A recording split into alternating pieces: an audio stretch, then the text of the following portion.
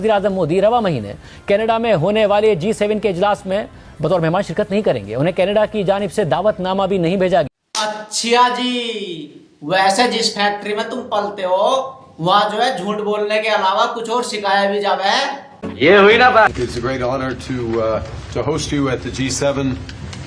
India has been coming to the G7, I believe, since 2018. अब जो कह रहे थे कि नहीं इनवाइट किया गया, वो लोगों को काफी रोते हुए दिखाई दे रहे होंगे अब तो।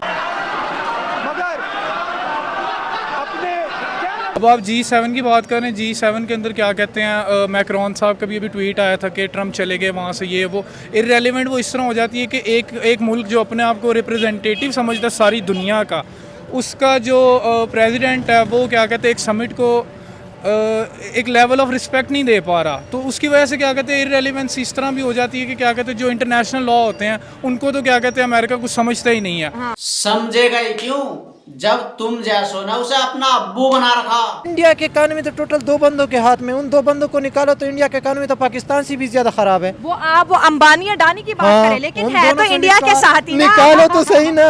ये तो वही इकानमी जो पाकिस्तान का 1960s में था। इंडिया के तो खुद के हालात ऐसे है कि आप इंडिया के इकानमी की बात कर रहे हैं, तो वहाँ के जाके इलिटरेसी का हाथ देखो, वहाँ के जाके पॉवर्टी के हालात देखो। अपने इस अब्बू की बात सुन।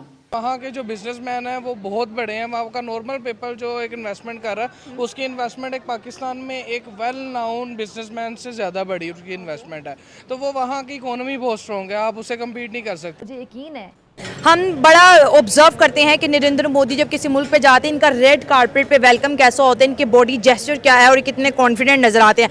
अभी हम इसके इंतजार में दें कि उनका रेड कारपेट कैसा होगा कि ट्रम्प जो है G7 को खैराबाद करके चले जाते हैं। बेसिकली जो आप देखें ना पब्लिसिटी स्टंट्स हैं जो नरेंद्र मोदी के, वो क्या कहते हैं काफ़ी देर से इसी तरह था। मिनिस्टर से ज़्यादा इंपॉर्टेंस एक बंदा हेड ऑफ द स्टेट अगर दे रहा है, हेड ऑफ गवर्नमेंट अगर दे रहा है एक कैमरामैन को, तो वो पब्लिसिटी स्टंट है बेसिकली, उसके अंदर कुछ भी नहीं है, सिर्फ क्या कहते हैं कि इंटरेक्शन लेवल दिखाने के लिए सब कुछ ड्रामे करता था, दिखाने के लिए। और रेड कारपेट पे वेलकम भी होता था ना, वो ड्रामा तो नहीं था ना। कह देना रेड कारपेट भी एडिट करके बनाया जाता, कभी तुम्हारे किसी लंगूर के लिए बिछाया तो गया नहीं, तो तुम क्या जानो रेड कारपेट की पावर।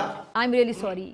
और हम जो कह रहे थे कि हमारे जो चीफ ऑफ आर्मी स्टाफ हैं, जो फील्ड मार्शल हैं, उनको इनवाइट किया है यूएस ने स्पेशली, वो भी सामने खबरें आ रही कि इनवाइट ही नहीं किया गया हुआ, तो फिर उनको तो चले फिर भी इनवाइट किया जा रहा है जगह के। जो मार्शल ही पब्लिक को गुमराह करके बना हो, फिर उसे इनवाइट करने की जरूरत ही क्या। रोटी देखी नहीं कुत्तों की लाइन शुरू। वॉर्स इस साल काफ़ी देखने को मिल रहे हैं हम लोगों को, जहाँ पर वॉर्स चल रहे हैं वहाँ पर क्रिकेट मैचेस भी चल रहे हैं, वहाँ पर कह लें कि different prime ministers presidents meetings भी करा रहे हैं, हर चीज़ नॉर्मल चल रही है। तो ये साल कैसा लग रहा है आपको? और स्पेशली अगर पाकिस्तान इंडिया की बात की तो पाकिस्तान तो पानी के लिए भी रोता हुआ दिखाई दे रहा है कि भाई पानी खोल दो हमारा, हम जिंदा रहना चाहते हैं। नहीं, ऐसी कोई बात नहीं है। पाकिस्तान पानी के लिए कोई नहीं, पाकिस्तान में जितना पानी मौजूद है ना वो बहुत ज़्यादा है, क्योंकि इतना पानी है कि हम अपने घर में वॉशरूम बना सकते हैं, ठीक है, तो वो मसला नहीं है पानी का। नहाने को तो पानी चाहिए नहीं, पिछवाड़ा धोने को तो पानी चाहिए नहीं, मगर क्यों? क्योंकि गंदगी में रहने वाले तो वैसे भी सफाई से दूर रहते हैं, उन्हें तो गंदगी पसंद है ना। बात कीजिए तो भारत को सबसे बड़ा विश्व गुरु कहा जाता है। विश्व गुरु का मतलब होता है उस्ताद, टीचर जो सिखाता है। तो आपको लगता है कि भारत दुनिया को सिखा रहा है रहन सहन के तरीके, और इसी वजह से शायद इसको इनवाइट भी कर लिया जाता है कि चले यहाँ पर भी आकर इंडिया कुछ ना कुछ सिखाएगा ही? नहीं, बिल्कुल इस तरह की बात नहीं है। बेसिकली वो सबसे बड़ी वजह ही उनकी ये है कि बेसिकली वो एक बहुत बड़ी कंट्री है, ठीक है, उनका इकोनॉमी सिस्टम बहुत स्ट्रॉन्ग है, तो उन्होंने आज नहीं तो कल नहीं तो परसों को बुलाना ज़रूर था। उसमें ये नहीं है कि किसी का ऑनर है या इस तरह वाली बात नहीं है, वो एक बड़ी कंट्री है, उसका जो है वो इंफ्रास्ट्रक्चर उतना बड़ा, तो उन्होंने उनको बुलाना ही बुलाना था डिस्कशन के लिए। बुलाते हैं कि उनकी इकोनॉमी बहुत स्टेबल नजर आ रही है, चौथी बड़ी इकोनॉमी है, उसके बाद उनकी पॉपुलेशन बहुत ज़्यादा है, एंड हर कोई चाहता है कि इंडिया जाए और पैसा कमाए, ये मेन बात है। बिल्कुल इसी तरह है। जैसे तो वहाँ के जो बिजनेसमैन हैं वो बहुत बड़े हैं ना, नंबर 1 बिजनेसमैन तुम्हारे, नंबर 1 आर्मी तुम्हारी, नंबर 1 इकोनॉमी तुम्हारी, नंबर 1 बैगरों की लिस्ट तुम्हारी, तो फिर बैगरों को बुलाने की जरूरत ही क्या? बात तो सही है। पहलगाम के बाद कहीं ना कहीं सवाल तो उठे हैं। एक जो ट्रैक पे इंडिया जाते, जैसे हम कह रहे थे बड़ी तगड़ी फॉरेन पॉलिसी है, तो जब अटैक हुआ तो कोई उनके सपोर्ट में में आए नहीं है। कौन सा सूखा नशा करते हो यार? और अपनी एक फॉरेन पॉलिसी को कहते हैं बड़ी वीक है, टर्की और अजरबैजान आ गए। हाँ, हमारे तो बिल्कुल हम कहते हैं कि हमारे फॉरेन पॉलिसी पाकिस्तान ने ना वो चीजें दिखाई भी है। मैं ये जरूर कहूँगा कि आप अपने गरेबान में झांकें।